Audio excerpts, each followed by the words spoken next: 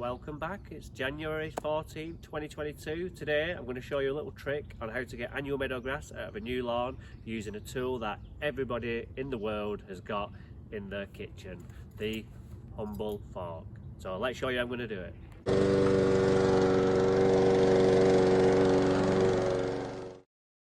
Right, so a little backstory is I came and picked Steve up for the match on Tuesday, and as my headlights swung round onto the lawn, you can't see it very well today. I was hoping you could, but I noticed there was a hell of a lot of annual meadowgrass. Now I've already started getting a few bits out. If I just zoom in closer, you can just see it's a different colour on the leaf, and a good clue is annual meadowgrass seems to have the guttation on it. That isn't the morning dew, that is the plant actually forcing that matter out. You can tell the difference with guttation and dew is that guttation seems to be more longer beads rather than like sporadic beads which dew would give you, but that is actually the plant getting rid of the material from inside. So we've got another bush there, we've got a bush, what am I saying, bush? We've got another plant that looks like a bush, so I don't think it's that big. There, you can see it glistening here, and I'll show you the other side in a sec, but I hardly got any, if any, over that side, and that's because this side was left for longer, exposed. So I think some got in before this could get established. So what I'm going to do is I'm going to get my 2 forks, set my tripod, and I'll show you how I do it. So, just like I'm eating my food, and I can just tease away some of the grass and be very careful, and I can just really pick out the annual meadowgrass leaves and then get underneath it and then just gently tease it out, roots and all. Now doing it this way rather than just cutting it out with a knife is that I don't have a big hole there. What I've got there is just all the other grasses around it, and I can just gently place them back in like that and you wouldn't even know I'd been.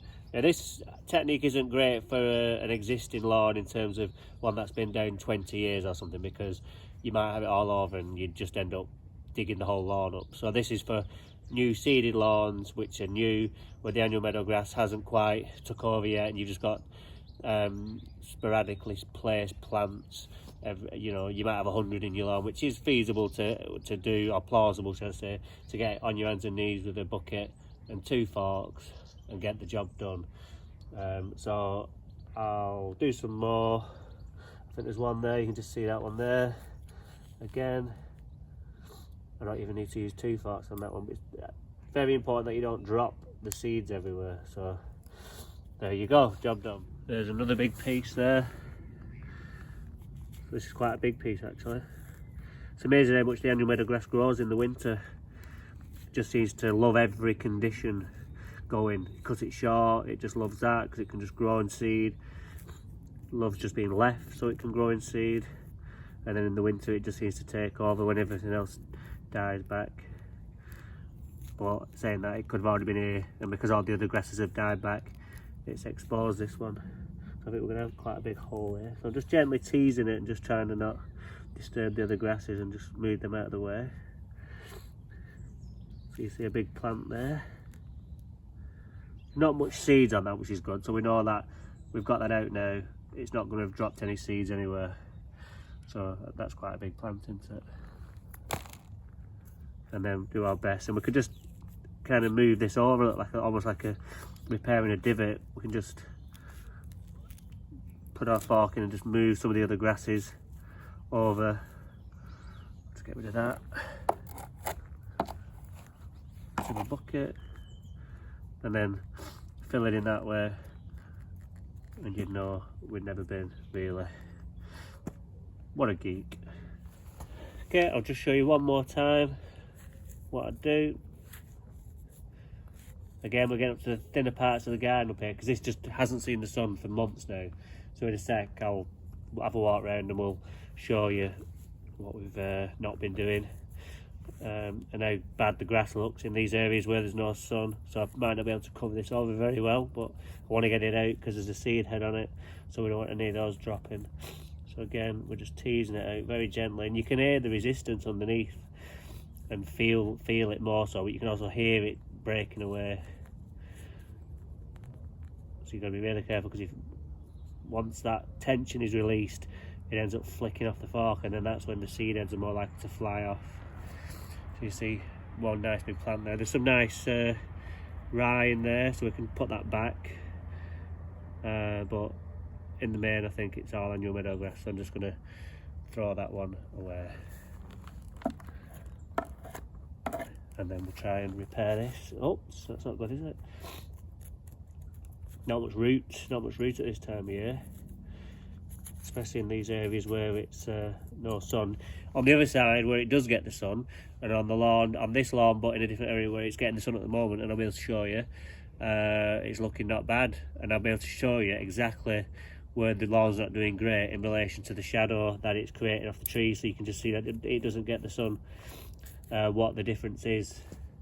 So that'll do, won't it, I think. Okay, so I've just spent about half an hour on my hands and knees. Look how much I've got out. Lots there, isn't there? And there's still loads more to come. But what I'm going to do is I'm going to come back when the light's not as intense as in the sunlight, because like I said the other night, I could see it better with the headlights. So I think a very dull day with no sun will be better for me. So I can do that. Just get one last bit there that I can see. You think you've got it all, and then you just cast your eye somewhere else and you get it. So you just pull that out, push that back, no problem. So I'll just show you now the rest of the lawn. I'm actually not embarrassed, because it's just not my fault, there's just no sunlight. But you can see the sun is over there, it's casting a shadow there now, so you can see it's dead exactly where the shadow is. And obviously it's dead over there because it doesn't get any sun there when the sun comes around from over there. But where it does get the sun quite a lot, it's in a lot better condition. More so there as well, you see. Gets the sun there, and there's just hardly any damage there whatsoever, and it just ties in perfectly with the shadow line. Same again there. That little strip there. It's just not out of my control, shall we say. And down here where it doesn't get the sun at all, it's just absolutely shot. That lawn there, you see it's over there now behind that house, so it would normally come round like that. So with that hedge there, this lawn, this part of the lawn and round the corner there, just doesn't see the sun from like October onwards, and this is what happens, especially with rye.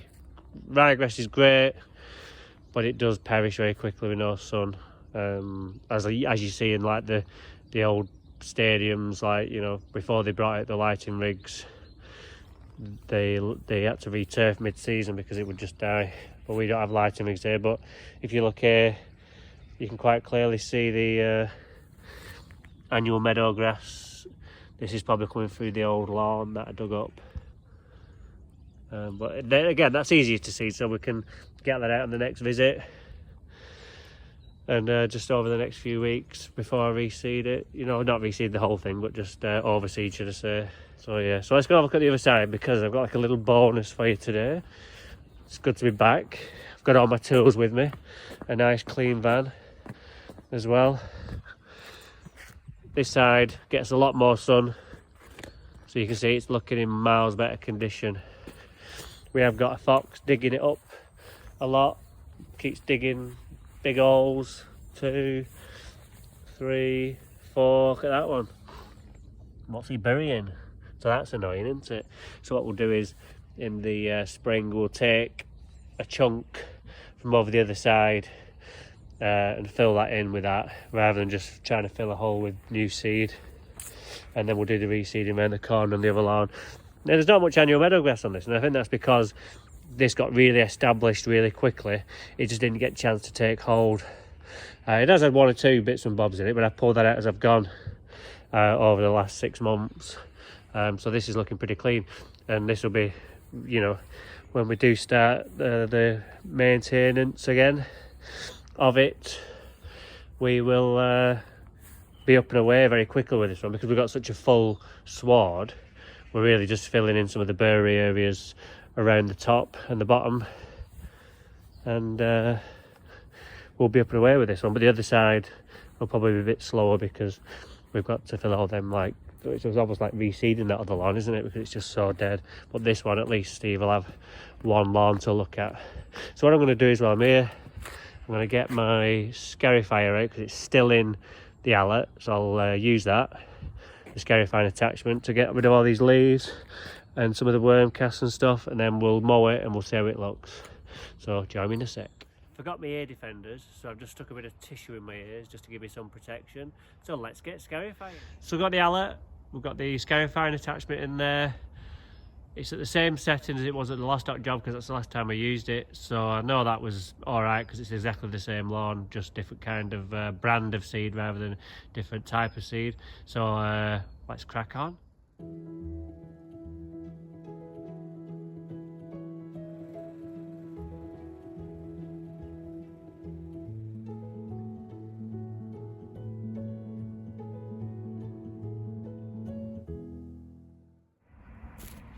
Done a good job. That box was empty. Look how much it's taken off. I always struggle with this because I've got to hold the camera and the box. And I always end up, I'm holding it between my legs. Look at that, it's multitasking.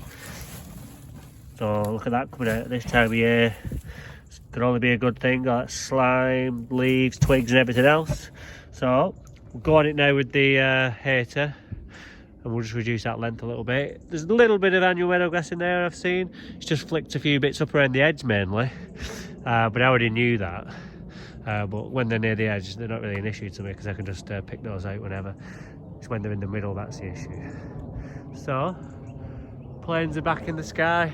Good to see. I was actually supposed to be in Tenerife today, but when I looked at the weather to book, it was cloudy on Sunday and Monday, so I kiboshed it and got invited to Tunnel Club at Manchester City tomorrow. So why would I not do that? And I can go to Tenerife another time. So hater time, it's out already. What I'll do is, it's on setting 2 there, but I think just to play it safe I'll go on setting 3 first, and then if it doesn't take anything off really, I'll drop it down to 2. But you can always reduce the height, but you can't stick the grass back on if you cut it too short. So let's see how it looks after. It looks pretty good. So you can see the difference between the sunshine getting to it and the side that doesn't. Makes a hell of a difference.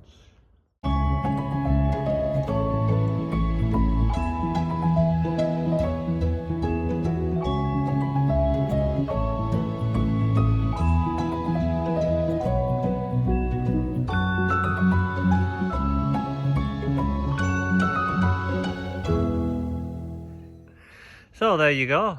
I think it looked better before I cut it.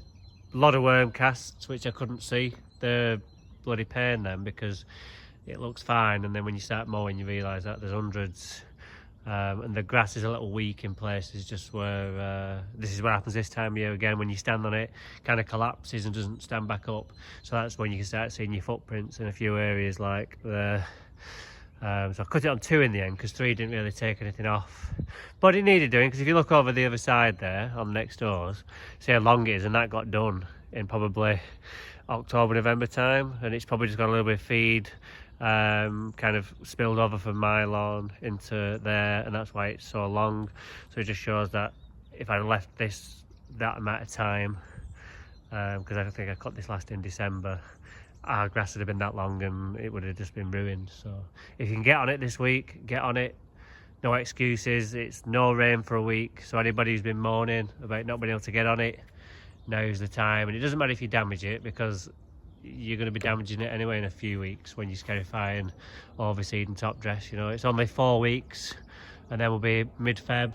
We'll be getting the Rise and Shine on, my new product, getting ready for overseed and the top dressing. Sometimes you can do it early March, middle March, down south probably, Scotland and up here, and like northwest, northeast. We're going to be looking at April really, because we just seem to be a bit colder. But if you look at the weather on the TV when Arsenal are playing, it's always glorious sunshine in London, no matter what the weather. Or even if you're further south in like Portsmouth or Southampton, you've got like more like European temperatures, like France. you know, all the time. So you can maybe get grass seed growing in February because of the weather down there. But up here nowadays, it's April before I can properly get going. Because here actually I seeded 2 years ago in April, and we had a frost mid-April, and it actually killed all the seed, all the new heads, and they were about 1 inch long. And I came, and they were all dead. So we had to do it again. So I've learnt my lesson. Rather just wait and be patient than rushing it. I know it seems a long way off, but it'll soon pass. So I'm just going to show you how much I've took off, and then we'll call this one done, and then I'm off home. So we'll see you again soon.